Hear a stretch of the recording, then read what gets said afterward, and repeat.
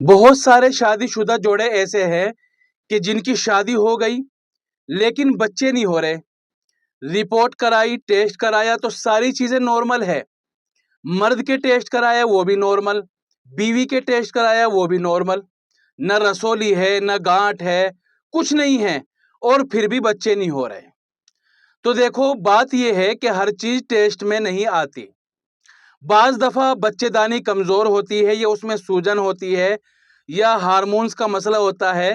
تو اس طرح کی چیزیں بعض رپورٹ میں نہیں آتی، ٹیسٹ میں نہیں آتی. اب آدمی بے بس ہو کر بیٹھ جاتا ہے کہ یار جب رپورٹ نارمل ہے تو دوائی کس چیز کی کھائے. اس لیے علاج کرانا بھی چھوڑ دیتا ہے اور جادو ٹونے پہ لگ جاتا ہے. جھاڑ پھونک والے کے پاس جاتے وہ کہتے ہیں کہ تمہاری کوک بندوا دی، تمہارے بچے نہیں ہوگے، تمہارے اوپر عمل کرایا ہوا ہے. تو یہ ساری کی ساری فراڈ باتیں ہوتی ہے.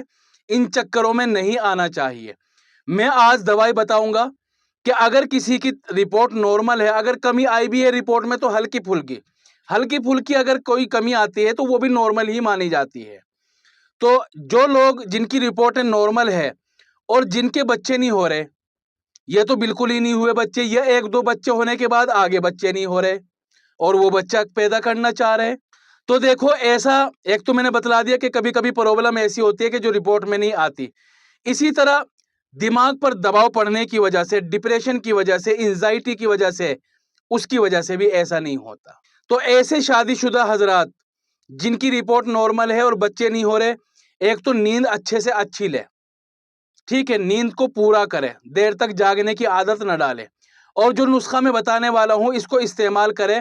دونوں استعمال کریں گے، سیم نسخہ ہے دونوں کا. بیوی بھی نسخہ استعمال کرے گی، دوا استعمال کرے گی، اور شوہر بھی. علاج کیا ہے، دوا کون سی ہے؟ 1 گلاس تو لے لو دودھ گنگنا، اور 10 گرام کھیرے کے بیج، 10 گرام بادام، اور 10 گرام پیاز کے بیج.